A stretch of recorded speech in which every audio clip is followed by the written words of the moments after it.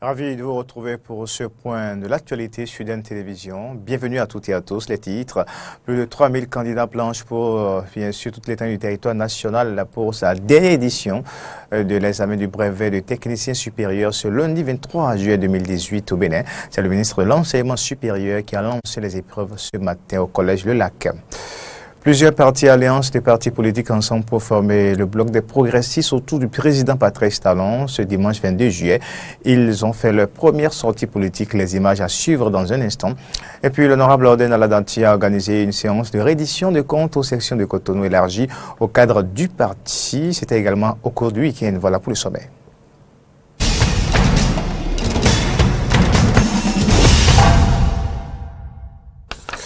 Eden Info, bienvenue à toutes et à tous. Le ministre de l'Enseignement supérieur et de la recherche scientifique a lancé ce lundi 23 juillet au CG Le Lac la dernière édition de l'examen du BTS brevet de technicien supérieur. Ils sont au total 3577 candidats répartis dans 23 filières, soit une régression de 46% par rapport à l'effectif de l'année dernière. Antoinette Sabot, Romaric Debouchi. C'est au Collège d'enseignement général Le Lac à Cotonou que le brevet de technicien supérieur BTS, session de juillet 2018, la toute dernière édition en République du Bénin, a été lancé ce lundi 23 juillet 2018 par le ministre de l'Enseignement supérieur et de la Recherche scientifique, Marie-Odile Atanasso. On aura 100% de résultats cette année. Puisque il faut tout faire pour avoir 100%, c'est la dernière année de BTS.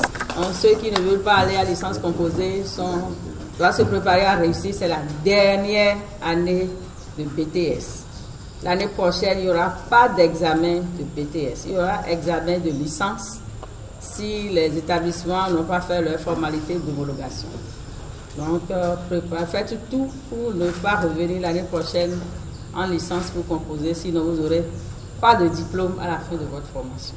Elle explique d'ailleurs les raisons qui sous-tendent la décision du gouvernement qui met fin au BTS au Bénin. Le BTS avait les mêmes filières que la licence, puisque nous sommes rentrés dans le système licence, master, doctorat. Toutes les filières du BTS se retrouvaient aussi au niveau des licences. Donc, c'était plus opportun vraiment de continuer à faire cet examen-là. La preuve, c'est qu'il y a beaucoup de candidats, bien qu'étant inscrits en BTS, ne font pas les examens, mais font la passerelle vers la licence.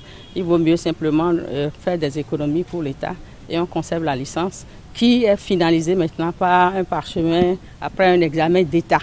Donc ça revient pratiquement à la même chose, seulement qu'ils auront une année de plus pour travailler. Aussi, il faudrait dire que même statistiquement, le nombre de candidats inscrits à l'examen du BTS diminue d'année en année. Par rapport à l'année dernière, nous avons une baisse de 46%. Preuve que les étudiants même, les candidats même ne sont plus très intéressés par l'examen. Quant au chef centre du CEG Le Lac, après avoir présenté les statistiques, prend l'engagement de conduire dans de bonnes conditions l'examen du BTS. Je puis vous dire, alors nous sommes, que le centre accueille 338 candidats, répartis sur 4 filières. Le secrétariat bureautique, l'hôtellerie et la restauration, le tourisme et puis l'assurance. Je puis déjà, devant les médias, promettre à Madame la ministre que les différentes composantes de ce centre, en leur nom, je peux promettre que tout va bien se passer. On mettra les petits plats dans les grands pour que les choses se passent sans faille. Au total, 3577 candidats répartis dans 23 filières de formation et dans 9 centres composent pour l'obtention du BTS sur toute l'étendue du territoire national, ceci pendant 4 ou 5 jours selon la filière. L'activité politique au Bénin, un nouveau parti politique s'annonce au Bénin. Il s'agit du bloc des progressistes qui réunit 11 partis alliances de partis politiques ce dimanche 22 juillet 2018. Ils ont fait leur première sortie politique pour exposer leur motivation et leur ambition. Laurent Roland-Tony Ikes et Romaric Debouchi pour le reportage. Créer un parti de masse ouvert à tous les Béninois, c'est la raison fondamentale qui motive la création du bloc des progressistes. Ce regroupement de partis et alliances de partis politiques a effectué ce dimanche 22 juillet 2018 sa première sortie officielle pour présenter ses objectifs et ambitions. Un parti au service du développement, harmonieux, durable et équilibré de notre pays. Voilà le sens profond de notre ambition et de notre démarche commune. qui nous ont conduits à ce jour historique. Bien entendu, ce cheminement collectif va et doit nous conduire plus loin, notamment à l'ultime grande rencontre, la rencontre décisive, c'est-à-dire le congrès constitutif du regroupement politique que nous étudions patiemment, fermement, mais sûrement. Cette première sortie de ce bloc précède donc le congrès constitutif. Ce bloc des progressistes est composé de 11 partis et alliances de partis politiques, dont sont membres 4 ministres, 23 députés, 33 maires et 3 anciens présidents de l'Assemblée nationale. Les forces politiques membres de ce bloc ont par ailleurs présenté une déclaration commune d'engagement de création de leur nouveau parti. Les forces politiques signataires de la présente déclaration reconnaissent l'importance et l'impérieuse nécessité d'une réforme du système partisan au Bénin. Les forces politiques signataires de la présente déclaration s'engagent à fédérer toutes leurs ressources, tant humaines que matérielles et financières, pour la création de partis politiques de grande envergure qui s'inscrit dans la durée et qui répond aux défis des temps actuels et futurs, capables de hisser notre pays dans le concert des grandes nations démocratiques. Tour à tour, les présidents de partis politiques et alliances de partis ont réaffirmé leur engagement pour la consolidation de ce bloc afin de renforcer la majorité autour du président de la République et de travailler à apporter des solutions aux problèmes que rencontrent les populations. Le CPP a accepté de s'engager pour ce pari avec les 10 partis alliances de partis du bloc progressiste. Se réunir est un beau début. Rester ensemble est un progrès. Mais travailler ensemble, c'est la réussite. Travaillons, travaillons et travaillons encore. Au thème de cette première sortie, une déclaration officielle a été présentée à la presse. Précisons tout de même que le vrai nom de ce bloc sera dévoilé dans les toutes prochaines semaines au cours du congrès constitutif. Restons avec Laurent Roland, Tony Ikes et Romaric Devochy pour suivre la déclaration de presse faite à l'issue de cette sortie. Depuis l'historique conférence des forces vives de la nation de février 1990, se dégagent aujourd'hui les meilleures conditions pour faire opérer à notre système politique et partisan des avancées majeures. Il s'agit d'une opportunité que nous avons décidé de saisir, nous, femmes et hommes, membres de différents partis et alliances de partis, afin de converger et d'unir nos visions et énergies dans le sens de la fondation et de la construction d'un véritable parti national.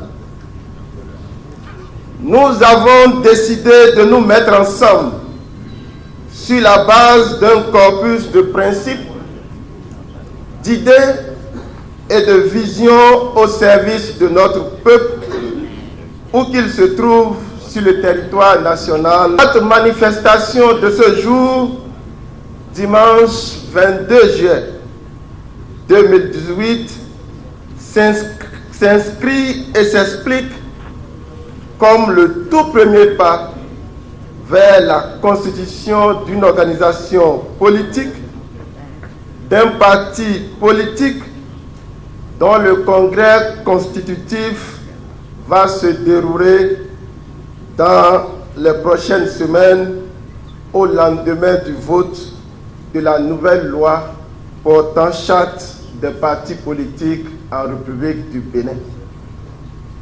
Notre regroupement politique constitue l'un des blocs organisationnels de la majorité présidentielle. En tant que tel, nous accompagnons l'action du gouvernement, dirigé par son Excellence Patrice Talon, président de la République, chef de l'État. Nous sommes partie prenante de la majorité présidentielle, tant au Parlement que dans les conseils municipaux, communaux et locaux, sur toute l'étendue du territoire national. Nous sommes soucieux de la stabilité de notre pays et de chacune de ses régions, convaincus qu'aucun progrès n'est possible sans la paix et la réduction accélérée de la misère et des inégalités, source de divers conflits entre les sexes, entre les générations et entre les citoyens en général. On parle encore politique dans cette édition. Les députés se sont retrouvés ce jeudi au Palais des Gouverneurs à Porto Novo pour ouvrir la première session extraordinaire de l'année 2018. Le seul point à l'ordre du jour n'a pu être examiné. On fait le point avec Amen Didier Ronpenoudji et Romaric Devouchi. Les députés ont répondu massivement à cette ouverture de la première session extraordinaire de l'année 2018. Présidé par le président maître Adrien Ongbeji. Le président a fait connaître à l'entame les communications parvenues au bureau de l'institution parlementaire et fait adopter le rapport de la plénière du 6 juillet dernier. Ensuite, la session extraordinaire a été ouverte pour connaître du seul point inscrit à l'ordre du jour, à savoir la proposition de loi portant charte des partis politiques en République du Bénin. La séance n'a pu aller loin car la commission des lois doit pouvoir faire quelques réglages. Le président de séance, maître Adrien Ongbeji, prenant appui sur cette donne, a renvoyé la séance au mardi 24 juillet. Président de commission et rapporteur, je crois comprendre que le rapport n'a pas été encore déposé. Donc nous ne sommes pas en mesure d'examiner le dossier maintenant. Il faut donc que nous laissions à la commission le temps de finaliser, de faire adopter, et qu'on nous laisse à nous aussi le temps de multiplier cela au niveau des députés, à tous les députés. Nous sommes aujourd'hui le jeudi. Je voudrais vous proposer, si vous en êtes d'accord, qu'on fasse un renvoi utile. Donc la séance sera suspendue et nous reprendrons le mardi 24. Les députés en session extraordinaire ont au plus 15 jours francs de travail. Une autre session extraordinaire est envisagée pour connaître d'autres dossiers. Président de la Commission des finances, entre-temps, vos rapports sont prêts sur les deux dossiers Ouaka et Commission des lois. Si votre rapport est prêt sur la proposition Benochi, nous allons ouvrir une session extraordinaire pour cela d'ici mardi. La séance est suspendue. Elle sera reprise mardi matin à 10h. Les parlementaires se retrouvent mardi prochain au Palais des Gouverneurs à Porto Novo. Je l'ai annoncé dans les titres, séance de reddition de compte de l'honorable Orden Aladati aux sessions de Cotonou élargies au cadre du Parti alternative citoyenne. Le rôle du député, les lois votées, les tendances de révision de la Constitution, le probable référendum, toutes ces questions ont été abordées. C'était ce samedi à Cotonou. Fréjus Séoulan, Fréjus Fiorsi pour le compte rendu. Membres, cadres et présidents du Parti alternative citoyenne étaient tous présents ce samedi 21 juillet à la séance de reddition de compte de leur élu à l'Assemblée nationale, honorable Orden Aladati. Le député a tout d'abord expliqué à l'assistance le rôle des locataires du Palais des Gouverneurs. Il a ensuite présenté le bien fondé de plusieurs lois votées, dont certaines déjà promulguées par le chef de l'État. Il s'agit entre autres des lois sur le statut de la magistrature, le bail à usage domestique, les collaborateurs externes, le retrait du droit de grève à certains corps de métier et autres. Sur la question de la révision chirurgicale de la Constitution en 4 points et le probable référendum, c'est d'abord la jeunesse du parti qui s'est prononcée. Comment pourrions-nous nous vanter d'être un État de droit quand dans notre corpus juridique, la peine de mort n'est pas abolie? Comment pourrions-nous parler de bonne gouvernance sans les garanties d'un contrôle efficace des comptes publics? Nous sommes convaincus de la pertinence des réformes et mettrons tout en œuvre pour que le oui soit majoritaire. Outre ces questions relatives à la création de la Cour des comptes et de la suppression de la peine de mort, l'honorable Orden Aladati a lui-même insisté sur l'urgence d'un 3e point, celui de la représentativité des femmes. Quand nos délégations de députés vont au Kenya, ils ne participent pas aux sessions, ils prennent le vol et ils se retournent. En Afrique du Sud, si vous n'avez pas un seuil de représentativité de femmes, vous ne participez pas aux travaux. Le député a ensuite longuement entretenu l'assistance sur le groupage et l'alignement des mandats. Lequel des mandats il faut toucher? Si vous touchez au mandat du président de la République, non, ce n'est pas possible, on ne peut pas y toucher. La prochaine élection présidentielle, c'est quand? C'est 2021. Si on veut grouper, c'est qu'on peut dire, bon, on va grouper à partir de 2021. Mais si vous voulez grouper à partir de 2021, qu'est-ce qui va se passer? Les députés actuels, leur mandat finit en 2019. Donc les députés doivent proroger leur mandat jusqu'en 2021.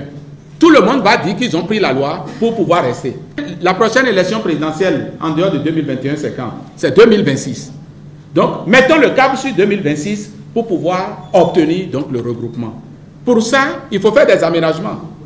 Il faut que tous les mandats soient au moins 5 ans. Sinon, si un mandat reste 4 ans, on va faire un en 5 ans, un autre à 4 ans. On n'aura jamais regroupement au cours d'une même année.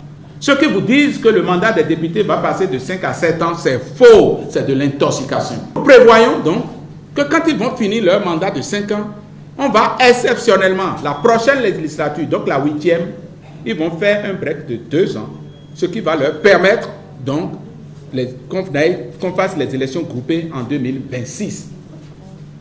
C'est en ce moment que le nom 2026 est sorti. Les intoxicateurs là, ils ont pris ça pour dire tel que c'est fait là, c'est qui ne veut pas avoir de présidentielle en 2021. Alors que le même texte dit que le président de la République est élu pour 5 ans et que nul ne peut faire plus de 2 mandats. Quant à la représentante des femmes du parti, elle a invité le président de la République à sortir l'âme fatale pour régler les problèmes des citoyens. L'achèvement du programme H, c'est l'alphatage. Cette âme, c'est l'eau potable pour tous. Cette âme, c'est l'éducation pour tous. L'occasion était propice à l'honorable Orden Aladati d'annoncer aux militants l'alliance nouée par Alternative Citoyenne avec d'autres sensibilités politiques pour la création d'un grand parti autour des actions du chef de l'État. La séance de reddition de comptes de l'honorable Orden Aladati a pris fin par l'explication du plan d'asphaltage de la ville de Cotonou et une invitation adressée aux citoyens à coopérer efficacement et pacifiquement avec les autorités pour la réussite du projet. L'Euro-Conseil des rois du Bénin s'est réuni samedi au Palais Royal d'Alada pour faire le bilan de ses activités et prendre de nouvelles résolutions pour la bonne marche de l'organisation. Les rois se sont également prononcés sur la situation sociopolitique qui règne au Bénin. À la fin de la rencontre, une déclaration a été faite par le porte-parole des rois. Dans ses propos, les gardiens de la tradition soutiennent les actions du gouvernement et invitent la population béninoise à la patience et à la tolérance en vue de jouir dans un futur proche des retombées de la bonne gouvernance dont font preuve le président Patrice Talon selon l'organisation. Écoutons. De ce jour, il est retenu que notre organisation est dorénavant plus renforcée et unie que jamais. Et c'est dans cette unicité de pensée, de vision que nous voudrions par ce canal lancer un signal fort au peuple béninois et aux autorités au plus haut niveau de notre pays, le Bénin. Terre sacrée de Tofa, de Bianzin, d'Akaba, de Bioguera et des ancêtres dont les mânes continuent de nous inspirer. Ainsi, voudrais-je au nom de tous nos membres saluer le chef de l'État, le président Patrice Talon, pour tous ses efforts à la tête du Bénin depuis 2016. il n'est pas d'œuvre humaine qui soit parfaite, mais la finalité et l'actuelle évolution des choses nous confortent pour l'avenir. C'est pourquoi nous tenons à cette occasion à rassurer le président Patrice Talon et l'ensemble de son gouvernement de notre soutien ferme et éclairé dans la conduite des affaires publiques pour le mieux-être de notre population. Nos prières et nos invocations ne lui feront pas défaut sur le chemin des réformes et des solutions salutaires en faveur du rayonnement économique durable de notre pays.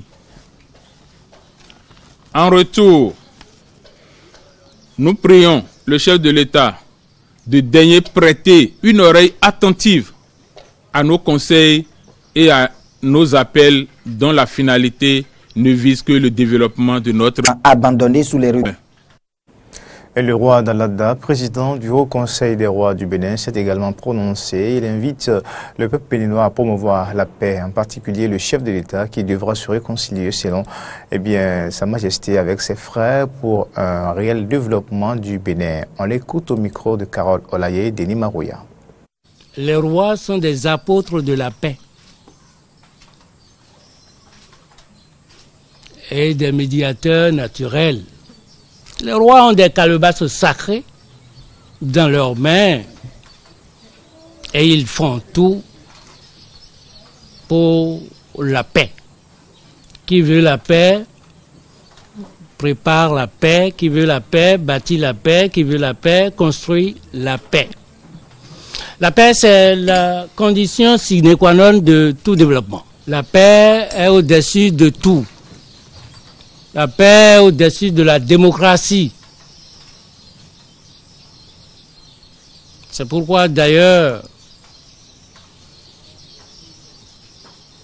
nous demandons solennellement au nom de la paix, au nom du Haut Conseil des rois du Bénin, au nom de nos ancêtres, nous demandons, disons-nous, solennellement au père de la nation béninoise, au chef de l'État, le premier d'entre nous, de faire la paix avec ses frères, Candide Azanaï et Sébastien Germain à Gabon.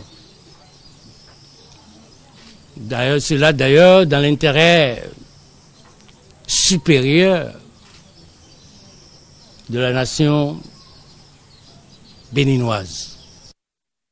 Et avant de boucler cette édition, don de vivres d'enveloppes financières de véhicules à l'orphelinat Oasis Bonheur, ce samedi 21 juillet 2018, une initiative de l'ONG Cham présidée par l'artiste et mécène Princesse Cham. Le point avec Fréjus Serouan. Nul n'a le droit d'être heureux tout seul. C'est suivant cette maxime que l'artiste Princesse Cham, à travers son ONG Cham, a effectué une descente ce samedi 21 juillet 2018 à l'orphelinat La Maison du Bonheur pour faire un don. Il s'agit de 4 sacs de maïs, 4 sacs du riz, un sac du gari, 2 sacs de haricots, 4 bidons d'huile et 2 cartons de savon. En plus, quelques jouets pour les enfants. Un don suivi de la décoration de la présidente de l'ONG Oasis du Bonheur par le Fan Club Cham en récompense de ses actions envers les couches vulnérables. Des gestes qui ont ému Chantal Tchirpé, affectueusement appelée Chachaté. Il y a quelques jours, j'ai reçu un coup de fil. C'est Princesse Cham, ma nièce, qui m'appelle et qui dit « L'ONG Cham rend visite à l'ONG Oasis du Bonheur. » Comme ça, elle riait. J'étais surprise parce que je sais qu'elle a beaucoup d'ONG, beaucoup d'orphelinats sur la liste d'attente. Parce qu'elle en fait beaucoup aussi de son côté. Et du coup, j'ai dit « Mais... je ne comprends pas. » Elle a encore répété. Elle dit « Ah, c'est dans quelques jours, hein. Je suis prête. » J'ai dit « Ah bon ?» Elle dit « Oui, j'étais très heureuse. Je le suis encore aujourd'hui parce que elle est présente. Les gens viennent, ça fait toujours plaisir. Mais son geste est spécial pour moi. Merci. L'orphelinat a ensuite consacré Princesse Cham, reine de l'oasis du bonheur. En plus des différents dons de l'ONG Cham, ses partenaires, notamment Blaise Rompati et Marius Assorba, ont respectivement donné des enveloppes financières de 100 000 et de 20 000 francs CFA. Une somme qui a fait la joie de l'orphelinat La Maison du Bonheur, brièvement présentée par l'un de ses partenaires. Le centre fonctionne en régime internat et externat. C'est dire que c'est un centre ouvert et un centre fermé.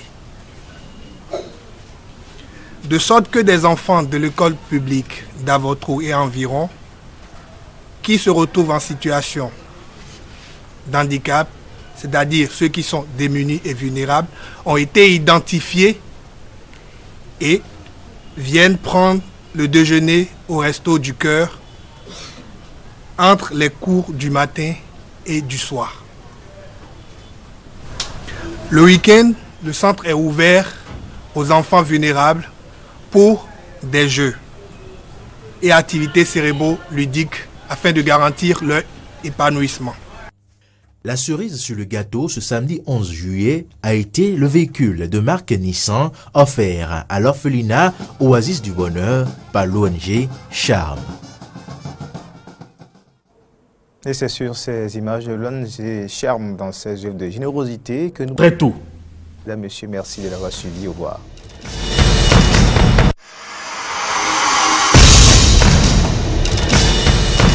De célébrer avec...